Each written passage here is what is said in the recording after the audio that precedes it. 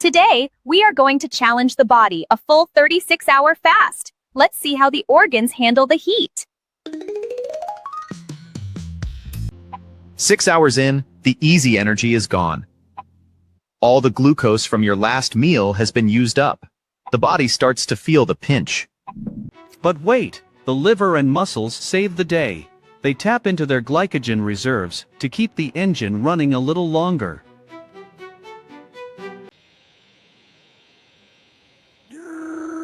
Around 18 hours, the hunger hormone ghrelin creeps in. It tries to trick the brain into quitting, but we're staying. By 20 hours, the pituitary gland kicks in, surging growth hormone.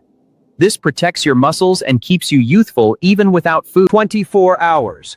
This is the turning point. The body enters ketosis, burning fat to produce ketones, the ultimate superfuel for your brain.